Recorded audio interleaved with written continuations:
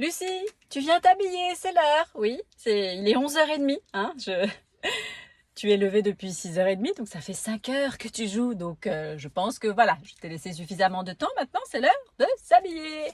Si oui, je sais que tu as encore très envie de jouer, oui, mais on ne déjeune pas en pyjama. Enfin, pas chez moi en tout cas. Non, bah non, c'est pas les vacances. Hein. Puis même en vacances d'ailleurs, tu ne déjeunes pas en pyjama. Oui, donc tu viens maintenant. Oui, non, mais tu viens t'habiller. Stop le jeu, tu t'habilles. Écoute, j'ai pas envie de m'énerver ni discuter pendant 2 heures, j'ai quand même autre chose à faire, donc tu viens t'habiller.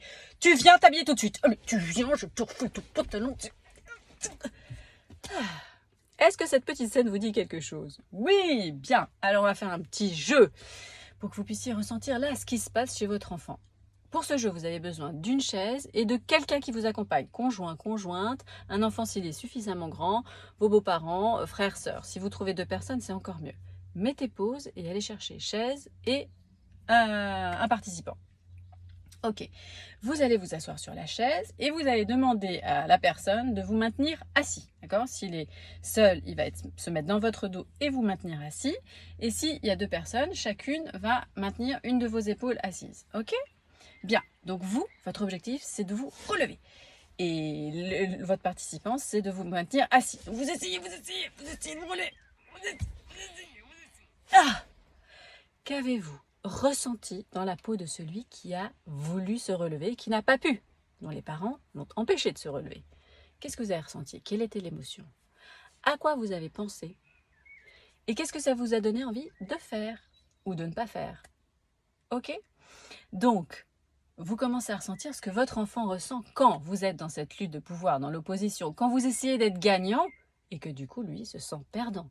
Plus on insiste, plus on a envie qu'il fasse et moins il a envie. Pour sortir de cette symétrie gagnant-perdant, il faut qu'il y ait 2 gagnants, d'accord? Et donc, je vous invite à essayer selon son âge, selon sa personnalité. Soit un choix limité. Ok, tu mets ton pantalon rouge ou bleu, mais tu mets un pantalon. Soit tu t'habilles à l'heure que tu veux, avant 11h. Évidemment, donner un cadre, parce que sinon, l'heure que tu veux, il peut dire jamais. Donc, à l'heure que tu veux, mais avant 11h, tu dois être habillé. Soit, demandez-lui ce dont il a besoin pour s'habiller, s'il a besoin de votre aide ou de s'habiller seul. En tout cas, parlez à sa réflexion, son implication, sa responsabilisation, son sentiment d'être capable, autonome. Valorisez-le là-dessus, plutôt qu'être dans cette lutte, ce combat, gagnant-gagnant. Parce qu'à la fin, on est perdant-perdant.